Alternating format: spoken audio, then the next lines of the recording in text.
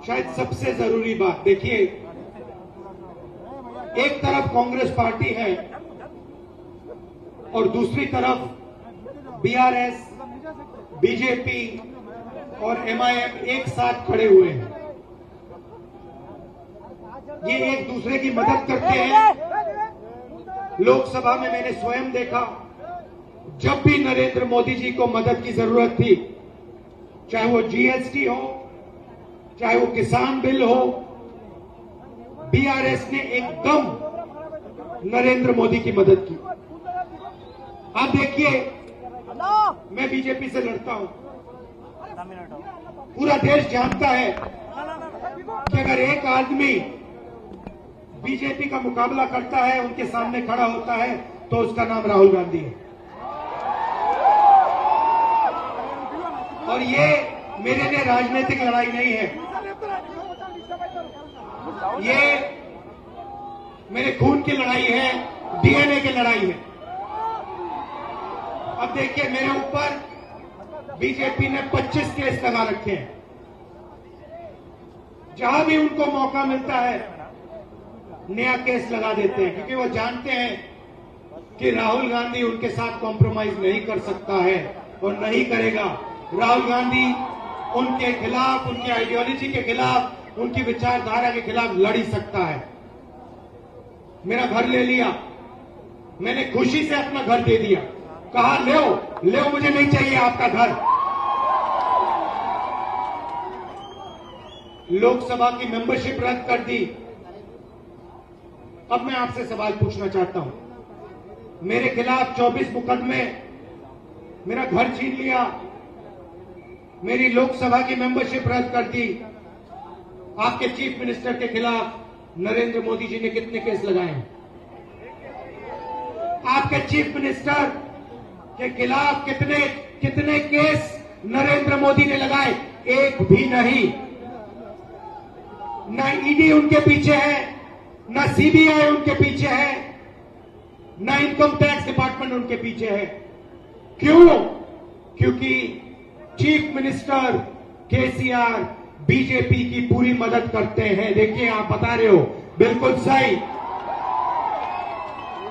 केसीआर उनकी मदद करते हैं और बीजेपी इनकी मदद करते हैं। आप देखिए, मेरे ऊपर 24 घंटा आक्रमण चलता है, बीजेपी के सब नेता मेरे ऊपर आक्रमण करते हैं। मैं सुबह उठता हूं, अगर सारे के सारे बीजेपी के नेता मेरे ऊपर आक्रमण नहीं करते तो मुझे मजा नहीं आता, मुझे अच्छा नहीं लगता। मैं कहता हूं आज कुछ कमी रह गई, थोड़ा और जोरों से मुझे बोलना चाहिए। मगर केसीआर पे, उनके परिवार पे बीजेपी का कोई नेता आक्रमण नहीं करता,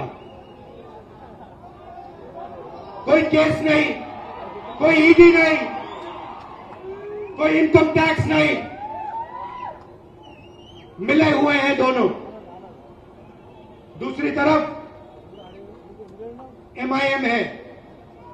आप पता लगाइए, जहां भी कांग्रेस पार्टी बीजेपी से लड़ती है, चाहे वो असम हो, महाराष्ट्र हो, राजस्थान हो, वहां पे बीजेपी की मदद करने के लिए एमआईएम के लोग हर कंस्टिट्यूएंसी में अपने नेता खड़े कर देते हैं, अपने कैंडिडेट खड़े कर देते हैं।